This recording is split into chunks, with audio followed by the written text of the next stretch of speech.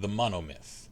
In Mundus, conflict and disparity are what bring change, and change is the most sacred of the 11 forces. Change is the force without focus or origin. Oegnither Taharite, Order of Siege. Simply put, the schism in the human Altmeri worldview is the mortal's relationship to the divine. Humans take the humble path that they were created by the immortal forces, while the Altmer claim descent from them. It doesn't seem like much, but it is a distinction that colors the rest of their diverging mythologies. All Tamrielic religions begin the same. Man or Mer, things begin with the dualism of Anu and his other. These twin forces go by many names: Anu Padome, Anuiel Sithis, Ak-El, Satak Ak-El, is not. Anuiel is the everlasting, ineffable light. Sithis is the corrupting, inexpressible action. In the middle is the gray maybe, Nirn in the Aelnafex.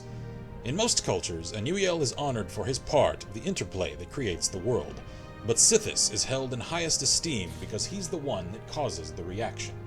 Sithis is thus the original creator, an entity who intrinsically causes change without design. Even the Hist acknowledge this being.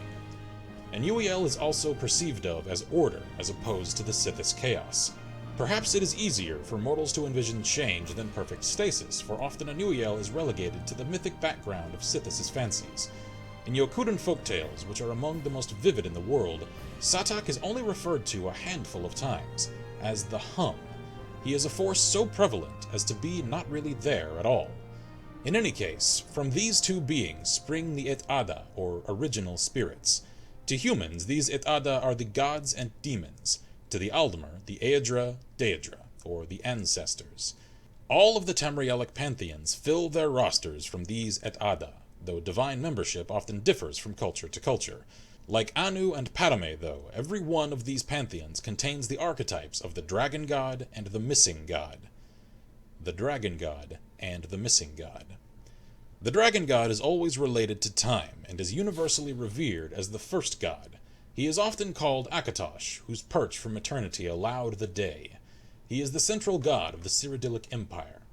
The Missing God is always related to the mortal plane, and is a key figure in the human Altmeri schism.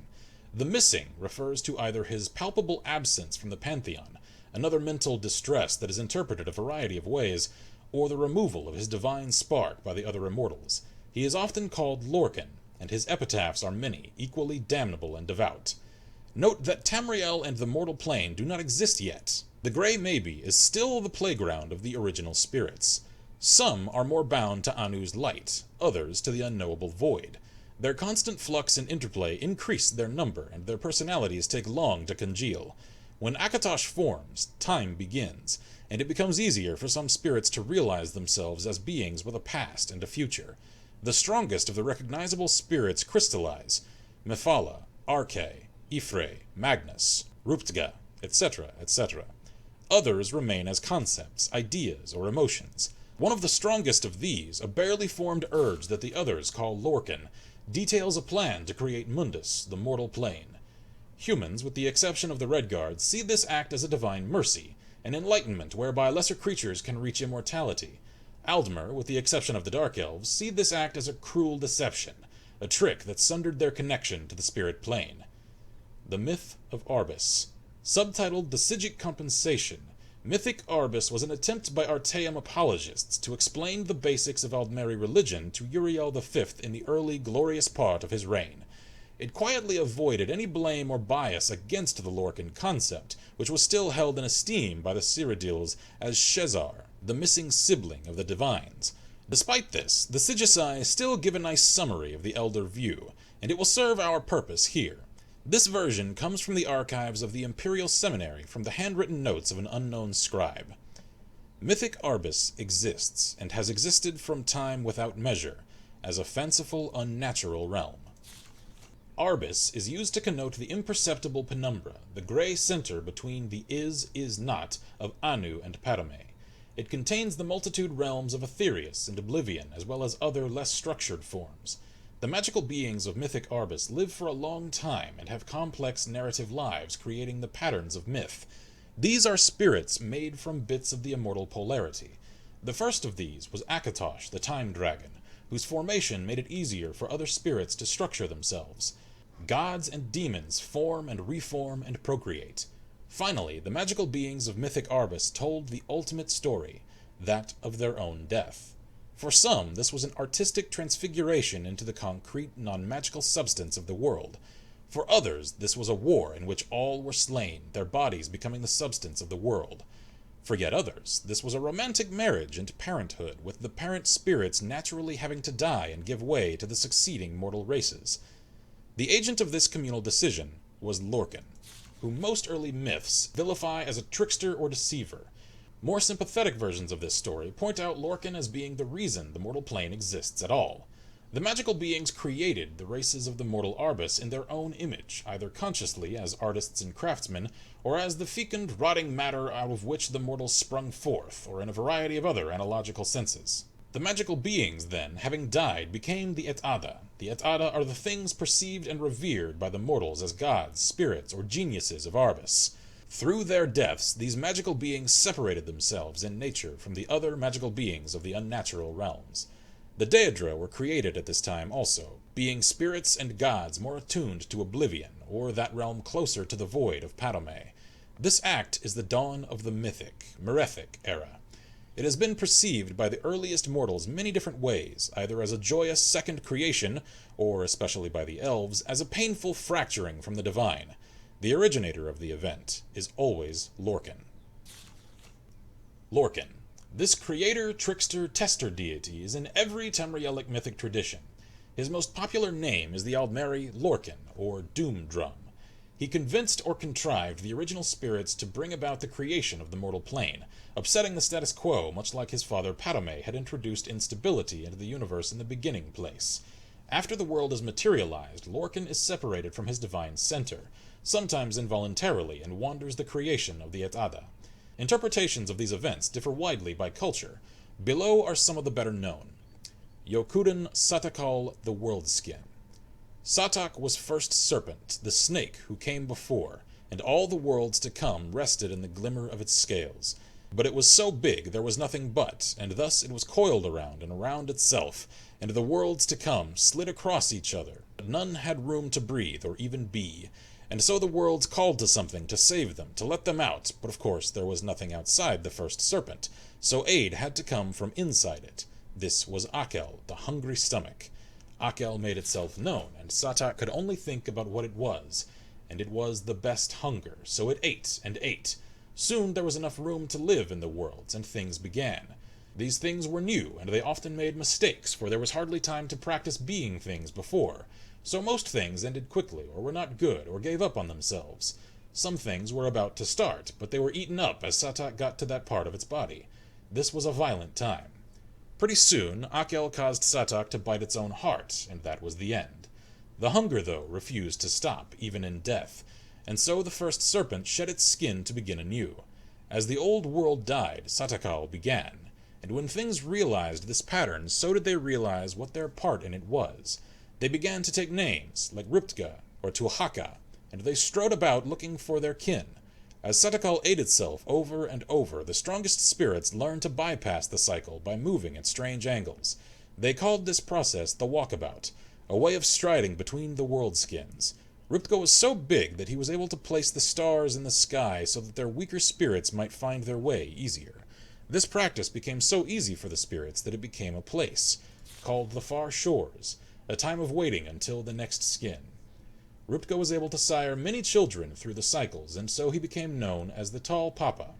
He continued to place stars to map out the void for others, but after so many cycles there were almost too many spirits to help out. He made himself a helper from the detritus of past skins, and this was Sep, or Second Serpent. Sep had much of the hungry stomach still left in him, multiple hungers for multiple skins. He was so hungry he could not think straight. Sometimes he would just eat the spirits he was supposed to help, but Tall Papa would always reach in and take them back out. Finally, tired of helping Tall Papa, Sep went and gathered the rest of the old skins and balled them up, tricking spirits to help him, promising them this was how you reached the new world, by making one out of the old. These spirits loved this way of living, as it was easier. No more jumping from place to place. Many spirits joined in, believing this was good thinking. Tall Papa just shook his head. Pretty soon, the spirits on the skin ball started to die, because they were very far from the real world of Sadakal, and they found that it was too far to jump into the far shores now. The spirits that were left pleaded with Tall Papa to take them back, but Grim Ruptgo would not, and he told the spirits that they must learn new ways to follow the stars to the far shores now. If they could not, then they must live on through their children, which was not the same as before. Sep, however, needed more punishment, and so Tall Papa squashed the snake with a big stick. The hunger fell out of Sep's dead mouth and was the only thing left of the second serpent. While the rest of the new world was allowed to strive back to godhood, Sep could only slink around in a dead skin or swim about in the sky, a hungry void that jealously tried to eat the stars. Cyrodiilic Shzar's Song. This was a new thing that Shzar described to the gods, becoming mothers and fathers, being responsible and making great sacrifices with no guarantee of success. But Shzar spoke beautifully to them and moved them beyond mystery and tears. Thus the Daedra gave free birth to the world, the beasts, the beings, making these things from parts of themselves. This free birth was very painful, and afterwards the Daedra were no longer young and strong and powerful as they had been from the beginning of days. Some Daedra were disappointed and bitter in their loss, and angry with Shzar and with all creation, for they felt Shzar had lied and tricked them. These Daedra, the gods of the Altmeri, led by Auriel, were disgusted by their enfeebled selves and by what they had created. Everything is spoiled for now and for all time, and the most we can do is teach the elven races to suffer nobly with dignity, and chastise ourselves for our folly, and avenge ourselves upon Shzar and his allies. Thus are the gods of the elves dark and brooding, and thus are the elves ever dissatisfied with mortality, and always proud and stoic despite the harshness of this cruel and indifferent world. Other Daedra looked upon creation and were well pleased. These Daedra, the gods of men and beast folk, led by Akatosh, praised and cherished their wards, the mortal races. We have suffered and are diminished for all time, but the mortal world we have made is glorious, filling our hearts and spirits with hope. Let us teach the mortal races to live well, to cherish beauty and honor, and to love one another as we love them. Thus are the gods of men tender and patient, and thus are men and beast folk great in heart for joy or suffering, and ambitious for greater wisdom and a better world. Now when the Daedra lords heard Shzar, they mocked him and the other Daedra. Cut parts of ourselves off, and lose them, forever? That's stupid! You'll be sorry. We are far smarter than you, for we will create a new world out of ourselves, but we will not cut it off, or let it mock us, but we will make this world within ourselves, forever ours, and under our complete control. So the Daedra lords created the Daedric realms, and all the ranks of lesser Daedra, great and small. And for the most part the Daedra lords were well pleased with this arrangement, for they always had worshippers and servants and playthings close to hand.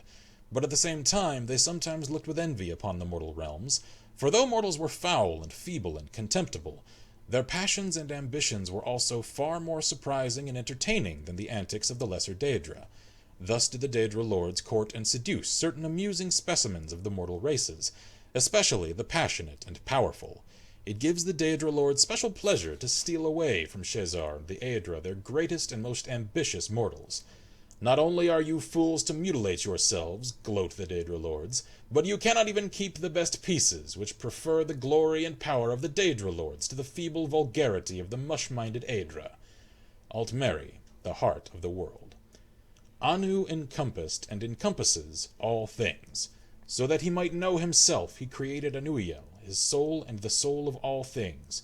Anuiel, as all souls, was given to self-reflection, and for this he needed to differentiate between his forms, attributes, and intellects. Thus was born Sithis, who was the sum of all the limitations Anuiel would utilize to ponder himself. Anuiel, who was the soul of all things, therefore became many things, and this interplay was and is the Arbus. At first, the Arbus was turbulent and confusing, as Anuiel's ruminations went on without design. Aspects of the Arbus then asked for a schedule to follow, or procedures whereby they might enjoy themselves a little longer outside of perfect knowledge. So that he might know himself this way too, Anu created Auriel, the soul of his soul. Auriel bled through the Arbus as a new force, called time. With time, various aspects of the Arbus began to understand their natures and limitations. They took names, like Magnus, or Mara, or Zen. One of these, Lorkhan, was more of a limit than a nature, so he could never last long anywhere. As he entered every aspect of Anuiel, Lorkhan would plant an idea that was almost wholly based on limitation.